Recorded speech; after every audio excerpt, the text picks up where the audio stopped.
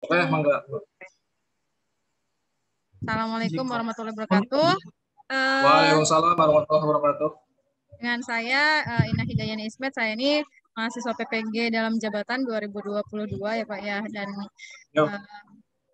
ini saya akan berbincang-bincang dengan Pak Saiful Mukminin, SPDI, MPD ya Pak ya. Siap Bu, betul Bu. Beliau ini adalah guru IPA MTS Negeri 3 Cirebon dan juga Fasda IPA Kabupaten Cirebon ya Pak ya.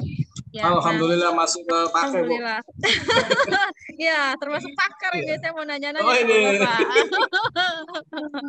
Ya, ini kan di PPG ini tugasnya kan kita mengidentifikasi masalah ya Pak yang ada di kelas. Betul Bu. Kemudian kita diminta mencari, mengeksplorasi penyebab masalahnya. Nah, salah satu tugasnya itu ada kajian literatur sama wawancara dengan pakar. Nah, saya memilih Bapak untuk menjadi pakar saya. Nah, luar biasa. Nah, yang pertama nih Pak, Iya, Bu. yang sudah saya ini ada identifikasi masalah, ada apa motivasi belajar peserta didik yang cenderung rendah, apalagi di pelajaran IPA gitu, khususnya fisika gitu ya Pak.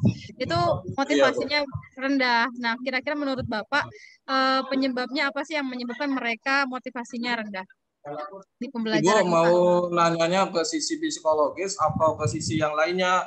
Penyebabnya apakah dari guru, apakah dari siswanya Bu? Yang ditanyakan Semuanya yang mana, Pak, semuanya. Waduh, Bisa dari gurunya, bisa dari siswanya, dari dua-duanya. Soalnya pasti yang gurunya pertama, juga ada ya Pak ya, ada, ya. iya makanya.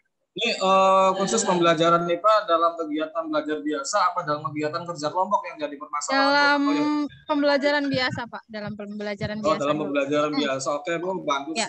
saya bantu jawab Bu ya. Tapi ini setiap orang punya pendapat yang berbeda Bu.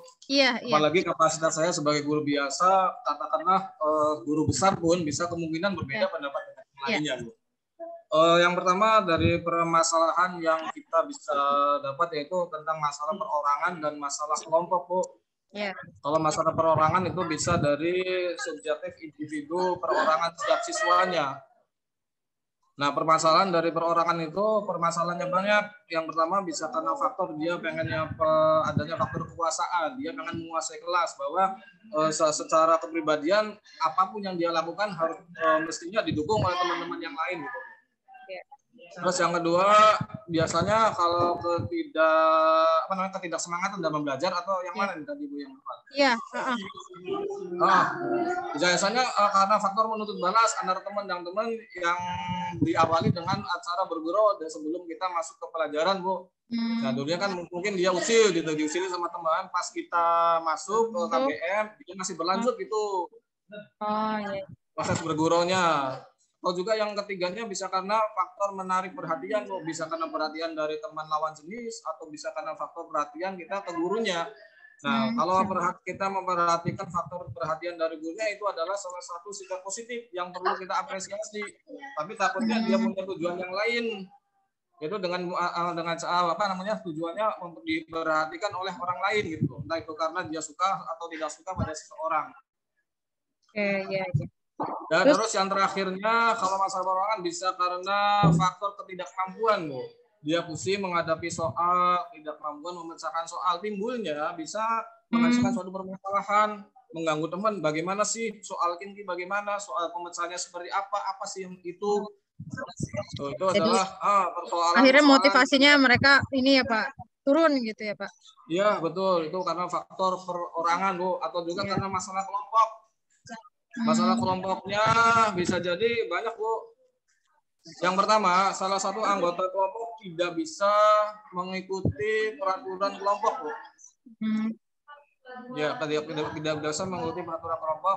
Yang kedua diantaranya ketergantungan dengan anggota kelompok yang lainnya. Biasanya dalam kegiatan kerja kelompok itu ada salah satu anggota kelompok yang mendominasi pada kegiatan tersebut, entah itu karena faktor kepintaran dia, entah itu karena faktor kekuasaannya dia di kelompok tersebut. Kan biasanya yang berkuasa diantaranya kalau nggak pintar, dia paling gede badannya atau paling berani lah. Itu karena faktor kekuasaan itu Bu. Terus diantaranya ada ketidaksungguh-sungguhan dalam bekerja, dianggapnya itu main-main. Itu dari kedua permasalahan, masalah perorangan dan masalah kelompok. Ada lagi yang ditanyakan, Bu? Nah, kalau dari faktor gurunya, pasti ada dong, Pak. Faktor gurunya banyak. Faktor gurunya dari apa nih? Dari segi psikologis atau yang lainnya, Bu? Ya, terserah Bapak lah. Gimana menurut Bapak sendiri? Gimana? Kalau dari segi psikologis mungkin pada saat kita mengajar bisa jadi kita punya permasalahan di luar. Bisa dari faktor keluarga, bisa lagi dari guru itu, Bu. Dari guru dulu, faktor psikologis dulu. Yang pertama bisa faktor bawaan dari luar ataupun keluarga. Kita punya konflik dari rumah, kita punya konflik dengan anak, dengan istri, ataupun kita secara psikologis terganggu dengan teman sejawat kita. Di kantor, kita kurang misalnya ada tidak like on dislike dengan guru yang lain, itu mengaruh kejiwaan kita juga dalam saat melakukan KBM. Jadi bawaan ke anaknya juga terbawa ya Pak ya kitanya? Terbawa itu Bu, terbawa ya. Kita sebagai manusia lah, kan emosi kita belum redam, masuk ke dalam kelas, suasananya tidak diinginkan oleh kita. Entah itu anak kebawa ribut, ataupun anak terlalu pasif dalam kita memberikan materi pelajaran. Tuh, terus yang keduanya, faktor utamanya juga penguasaan materi, Bu. Itu sangat esensial sekali dalam menciptakan suasana kelas yang baik dan kondusif. Kalau kita tidak menguasai suatu materi tertentu, otomatis kita dalam menjelaskan dalam skala 5 menit satu lembar materi itu bisa dapat selesai lebih cepat nantinya. Karena kita letter luck patokannya hanya pada penjelasan yang ada di buku saja. Nggak ada penjelasan atau penjabaran yang kita ambil dari luar, dari keseharian, dari lingkungan sekolah. Tuh, di antaranya. Ada lagi nggak, Pak? Dan secara teknis, mestinya kita melakukan kontrak belajar dulu dengan siswa sebelum kita mulai KBM di awal-awal pertemuan. Ini pelajaran kita, pelajaran Bapak, harus seperti ini. Pembelajarannya, entah itu kedisiplinannya, atau kelengkapan alat tulisnya, entah itu cara penyampaian belajar bagaimana, tugas-tugasnya seperti apa nanti yang akan kita lakukan. Dan ditambah dukungan dari wali kelas yang menjelaskan karakteristik dari setiap guru mapel. Biasanya kalau di sekolah kita kayak gitu, Bu. Sebelum KBN dimulai, wali kelas itu masuk pembinaan kelas, dia disebutkan dulu, ini anak-anak nanti di kelas kalian ada yang mengajar bahasa Indonesianya si A, IPA-nya si B, dulu harganya si C, dan menjelaskan karakter gurunya sehingga mereka sudah siap. Ya, sudah siap artinya kalau ke guru ini kita harus bagaimana, ke guru ini karakternya seperti apa, mereka secara mental sudah menyiapkan diri gitu, Bu. Tuh, ada lagi, Bu? Apalagi? Nah, terus yang kedua nih, Pak, kadang kalau di fisika kan ada soal cerita ya Pak ya. Nah terus betul Bu, soal cerita. Soal cerita terus ada gambar misalnya kayak pengungkit terus nanti soalnya berapa ininya gitu ya, berapa W-nya atau berapa ininya dilihat dari gambar. Terus kadang anak itu masih kesulitan untuk menjabarkan ini tuh yang diinginkan dari soal ini tuh apa sih, diketahuinya apa, ditanyanya apa gitu. Karena suka mereka nggak paham gitu. Soalnya aja mereka nggak paham, gimana mau menjelaskan itunya gitu jawabannya. Nah kira-kira kesulitan mereka memahami soal cerita kemudian konsep perkaliannya itu akibat apa sih Pak penyebabnya? Penyebabnya Bu ya? Ya penyebabnya. Yang pertama Bu, sebelum saya mulai pengalaman saya dulu Bu ya. Iya. Sebelum saya mulai belajar yang jelas karakteristik siswa dalam setiap kelas itu akan berbeda Bu. Saya coba pakai cara hitung cepat, itu dengan mengerjakan perkalian 1 sampai 100, yang kurang dari 2 menit menyelesaikannya ada berapa persen, yang lebih dari 5 menit ada berapa persen. Nah itu nanti menentukan titik berat soal yang kita sampaikan di kelas tersebut. Kalaulah kita anggap kemampuannya sama, pastilah kita akan mendapatkan suatu kelas kondisi yang berbeda. Artinya dengan soal yang sama, dengan kesulitan yang sama, belum tentu soal itu bisa dibahas di kelas yang lainnya, ataupun mereka bisa mengerjakan. Nah, makanya salah satu solusinya yaitu mengetes kemampuan akademik per kelas dulu yang saya ujikan, Bu. Dengan cara mengerjakan perkalian 1 sampai 100. Semakin cepat banyak yang mengerjakan, berarti kemungkinannya kemampuan akademik kelas itu lebih tinggi dibandingkan dengan kelas yang lainnya. Ternyata ya betul saja terjadi kenyataan. Kita kasih soal A dengan beban soal yang sama antara kelas A dengan kelas B, ternyata katakanlah kelas B lebih cepat atau lebih mampu untuk mengerjakannya.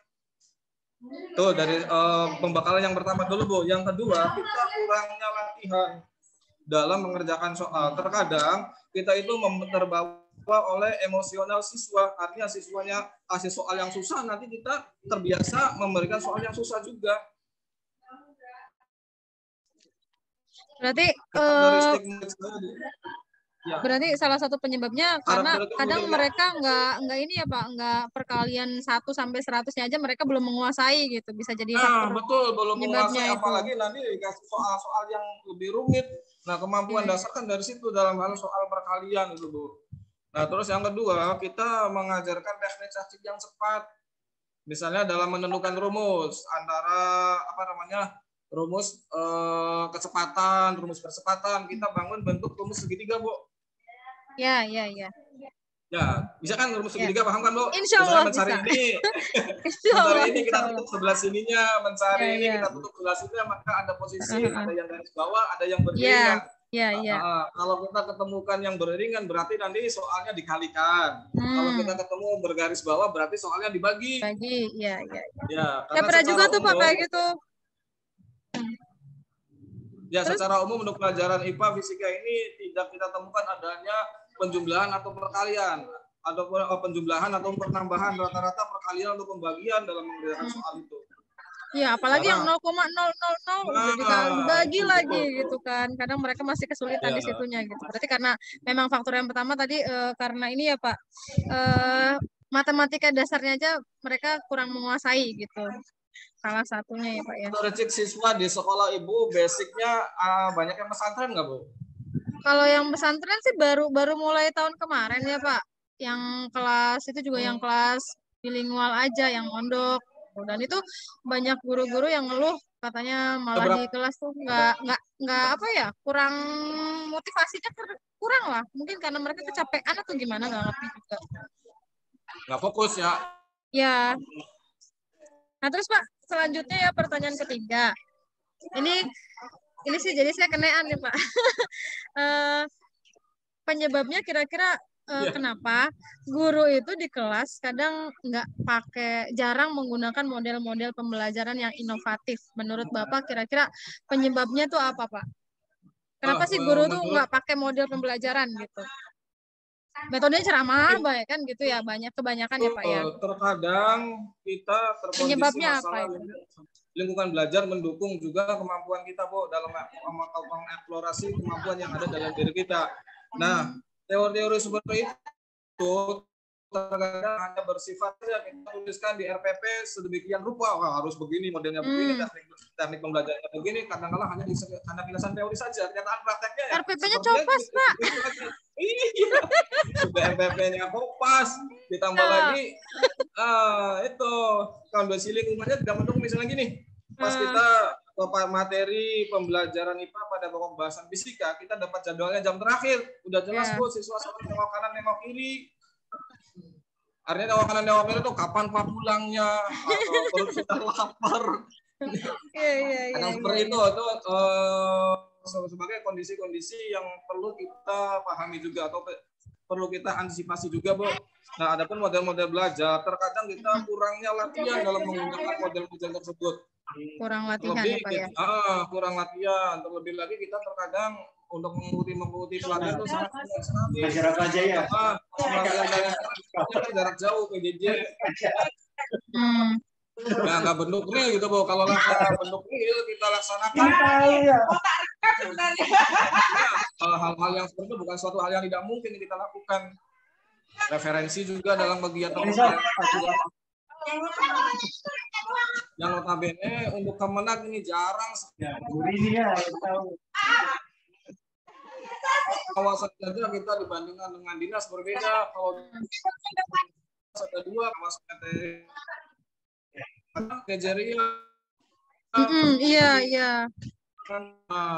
Nah, sementara kita pengawasnya cuma pengawas umum aja ya Pak ya. Iya, pengawas umum, pengawas manajerial sekolah. Kita tidak bisa mengapresiasi keluh kesah kita ke pengawas. Terlebih misalnya pengawasnya bukan dari IPA gitu, Bu. Iya. Dasar basic PAI, maupun basic dasar. Mereka tidak memahami karakteristik pembelajaran yang ada di IPA. Tapi kalaulah pihak birokrasi menyediakan pengawas kayak di sini, kita enak Bu, soal tukar pikirannya dengan mereka. Oh Pak, IPA ini ada wacana-wacana yang baru, pembelajarannya seperti ini. Oh IPA ini harus seperti ini, ke arah kontekstualnya atau bagaimana. Kita sampai sekarang ya belum menemukan, kita saya sendiri. Iya Pak, kadang saya juga mau pakai ini, kadang sintak-sintaknya aja saya nggak paham gitu tuh. Nah itu permasalahannya. Jadi mau prakteknya takut salah. Ya. Aduh. Lalu yang ini Pak, ya itu deh. Ada lagi nggak kira-kira? Yang apa Bu? Yang tadi apa sih? Yang guru jarang menggunakan model-model pembelajaran yang inovatif tadi, kira-kira ada penyebab yang lain nggak? Penyebabnya satu Bu, keilmuan dari guru itu sendiri Bu.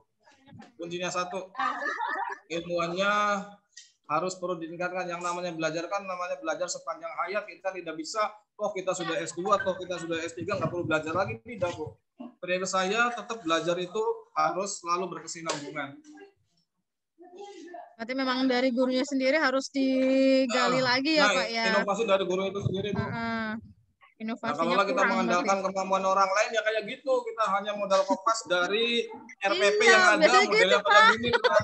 Karena ketidakmampuan membuat RPP kita nggak mampu untuk melaksanakannya seperti apa.